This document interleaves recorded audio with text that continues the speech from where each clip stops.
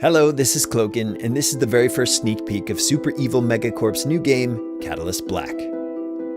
Catalyst Black is a team-based, drop-in, drop-out, large-scale shooter set in an inviting world of mystery and magic. Each player has access to an array of fantastic weapons and abilities. Additionally, players can draw on the powers of ancient masks, allowing them to transform into primal gods from another realm. At its core, Catalyst Black is a refined battleground shooter. It can be played on a virtual joystick, a physical controller, or even with mouse and keyboard. The controls are designed to be accurate and crisp on all devices. Our aspiration here has been to take top-down shooters to the next level, much like Halo did with first-person shooters on console. Similar to looter shooters like Destiny, your playstyle is defined by the various weapons and abilities you choose. Catalyst Black allows you to load out a primary weapon, a secondary weapon, an ability, and a unique passive. How you choose to equip your character determines your unique playstyle, whether as a sniper who hides in brush or an aggressive all-in assassin. A unique twist in Catalyst Black is the ability to transform. In addition to your weapons and human abilities, you can also equip a mask that lets you temporarily transform into a powerful primal god. These gods can also be tailored to match your playstyle by mixing and matching unique active and passive abilities. Primal gods bring immense strength to battle, allowing players to shift the tides in their favor. For example, Sunder is a deadly, durable, and fast melee bruiser that can take out entire teams in seconds. Isia, on the other hand, is a long-range glass cannon that can lay waste to enemies from afar. Catalyst Black includes multiple maps and game modes where teams of 10 to 20 players compete both against each other and against powerful monsters. It aspires to take the refinement and depth of large-scale battles in our favorite AAA RPGs and shooters and combine it with the accessibility and immediacy of mobile brawlers. To achieve this, Catalyst Black allows players to join or leave a match at any time for any reason. This drop-in, drop-out design makes it easy to instantly find games or join friends just by dropping into their match. Play for 5 minutes or 5 hours, it's your choice.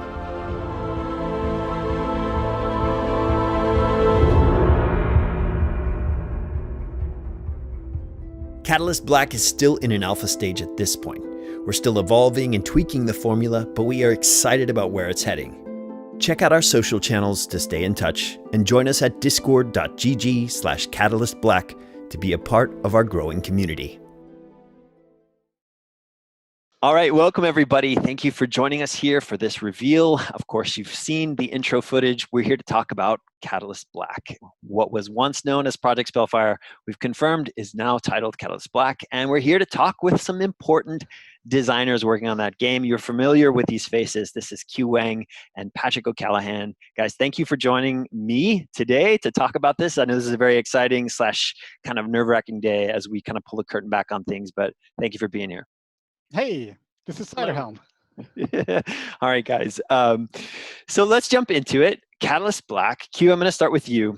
I want to hear a little bit about what this game is. Like, if you had to succinctly describe this game to a viewer and really what it is at its core, because it is somewhat new. I'd love to hear that from you and give that to the audience that's watching.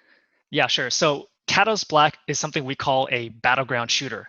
And if you're going to say, oh my God, another genre name, it's because this isn't quite the same as any existing genre. It is something different. It's got familiar elements, but it is its own thing. And we came up with a new word to describe it called the battleground shooter. It involves big maps, 20 plus players total, boss battles that happen while you're fighting other players, and really, really big power spikes. And on top of that, it's a multi-game mode game. So it's not focused on just any single map or game mode. And last but not least, PvEVP. That is thrown into every single part of the experience. The best way I would describe it, if I had to use like Vainglory language, would be think like the entire map is a jungle and counter jungling experience, and there's always a Kraken fight or two somewhere that's happening. It's not a hero-based game. It's going to be a gear-based game, so there's going to be quite a bit of customization that you can do both in your human form and also in the primal form. You saw in the video that you can turn into primal gods. That is the big power spike that we talk about. That has its own loadout as well. So it's about building out your human loadout, your primal loadout, dropping into these huge battles and fighting players and NPCs at the same time.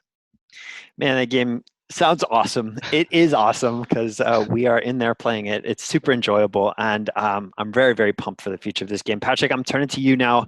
I want to hear your opinion, your thoughts on unpacking a bit about what Q has mentioned here. Why head in this direction? Why a shooter? Just help me understand the motivations behind the decisions that brought us to Catalyst Black here. Yeah, so starting with the shooter side of it. So this is very much in our DNA. It's something that we're very, very passionate about. So people have been following the Vainglory heroes. You'll notice that we have a lot of love letters to other genres in there. So Lance, definitely not from the shooter genre, but if you look at someone like Lance, you're definitely going to tell like, oh, they really love the Soul genre, for instance. But you'll also notice that there's a whole lot of heroes who have these very interesting basic attack patterns. And when we were talking about those internally, we were always talking about those in terms of gunplay. So when we were developing Lyra, or obviously something more like on the nose like Baron, when we were developing these characters, we were talking about gunplay. And anybody who's familiar with the shooter genre knows what that means. It means tactile, textured. There's a rhythm. There's like a pattern to it that you want to learn and develop and fall in love with. And that's one of the things that I consider very signature about Vainglory. But ultimately, Vainglory wasn't a game just about shooting, and it wasn't something that we were really fully exploring that space. And it was very much in that core MOBA space. And what we're trying to explore here is, what if we take the shooter genre? What if we take that and like really drive that somewhere that's really cool? But also PvE, as Q mentioned, like you're talking about like these bosses that you're going to be fighting at the same time as other players, and you can lean more into that PvE side. It's something where, yeah, we have that DNA also of being a competitive game company. But at the same time, so many of us have that background of all those experiences we had in PvE. And while you could do really cool things with Blackclaw or these other creatures that you'd fight in Vainglory, it wasn't quite at the level of being much more than like, you do this as a part of fulfilling a win condition, but ultimately it's about like just the PvP space and that hardcore element there. But there's also the hardcore PvE element that we want to get in there. So that's a big part of it. And then, of course, as Q mentioned, big. So Kevin, you and I know this, like we spent a lot of time back in World of Warcraft playing Alterac Valley, those really big battleground experiences where they have a special place in your memory. Like capturing some of that magic again is really important to us. Yeah, man, I love the Alterac Valley comparison because it's such a unique battleground, even from a World of Warcraft perspective, the ability to kind of come into the middle of this massive epic thing that's going on. And for context, for those of you who are watching, Patrick and I worked together, or at least we're a part of a community together in a previous life in some ways. Patrick used to run a community around World of Warcraft called TankSpot. I was heavily involved there, even made a documentary about raiding in WoW. But yes, our background a lot comes from there, and it's really fun to be back working with Patrick in this regard. But Q, I'm coming back to you. I want to ask you a little bit more about this sort of looter-shooter space. You have a massive passion there in your free time and in the games that you enjoy. Destiny, Halo, this background there. How is your love of that space impacting the work that we're doing on Project Spellfire or Catalyst Black? Yeah, so I went on a huge looter shooter binge in 2018, 2019. And the thing that I really, really enjoy about that is just being able to piece together your own build via the loadout and be able to do crazy things that sometimes the game designer did not intend you to be able to do. So, like I said, Catalyst Black, it is not a hero-based game. It is a loadout-based game. And it's not like the main difference is that you're basically able to customize. Imagine being able to piece together the abilities and the passive and make your own Vainglory hero. Like to me, that is the main difference between loadout and hero. It gives you the freedom to start doing stuff that may not have been initially planned out for. And in a larger scale, I think there's room to let players do some really crazy stuff.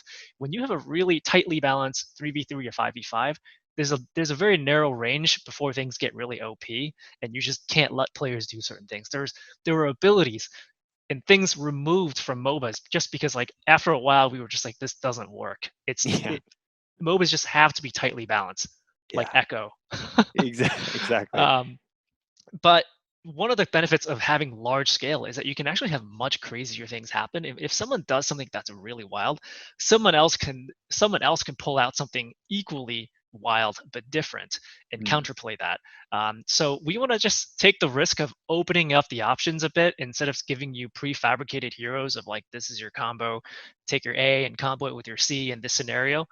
you're going to be able to piece together your loadout and do it twice. Once for your regular human form, and then when you transform into a god, that has also a loadout of its own. Man, so exciting and so much to dig into there. I can't wait to unpack a little bit of this more with our community as we move on in sharing more about this game. But Patrick, I want to come back to you real quick. And I want to ask you a very specific question, given the company's history. Why didn't we just make another Vainglory game? I know so much time, love, heart has been poured into the Vainglory universe. Why didn't we build a game in that universe to expound upon it and sort of extend it? Why something new here with Catalyst Black? So first, to start before anything, Vainglory is a universe that we still love and cherish, and it's something that we want to come back to. So just kind of diving into the themes a little bit, like man versus machine versus nature, where Churn is this force of nature, and you've got the technologists versus Githia and the Eventides who have their mages. And in Catalyst Black, like you've got these people that are carrying guns and transforming into these primal gods. And it's a very different experience for what we're trying to, the world we need to build around this.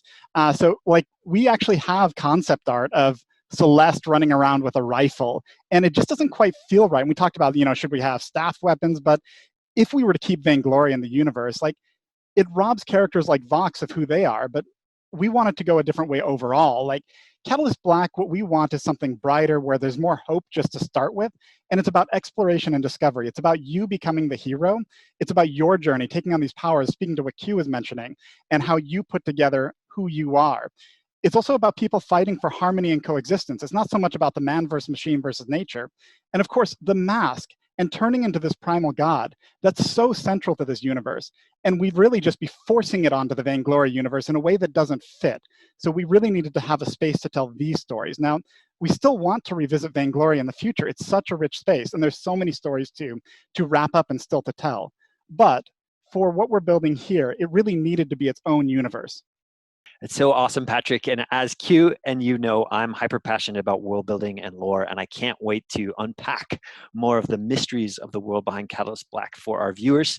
It's something I care about deeply. So, okay, guys, that's probably enough from us. I want to tell you how you can stay informed on this game. We are opening up all of our social media channels for Catalyst Black today, along with our Discord. And Discord's going to be a really important place for us. It's actually going to be where we're going to engage with you guys consistently. We're going to maybe do some preemptive reveals of content there. So if you want to be plugged in with a game and where we're headed, please do head over to discord.gg/catalystblack to join our Discord and be a part of our ongoing conversation. We want to share more with you and hear what your hopes are and dreams are for this game.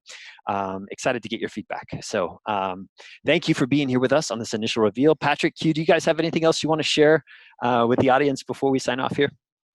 No, I just want to say thank you, guys. It's been a long time since we've shown our faces, and we've been working super hard. And right after this, I'm just gonna go right back to fixing some UI code. But we're working really hard to deliver just the best game we can to you guys. Yep, ditto on that. And I'm going to go right back to breaking some UI code. That's awesome. And of course, for those of you out there who are plugged in on all the Vainglory Community Edition stuff, we are moving that forward. We're still doing updates there as well. So we will be engaged on both fronts, but please do join us. Vainglory Discord, Catalyst Black Discord, we want to see you there. Thank you for being here with us. And of course, never settle for the lesser evil.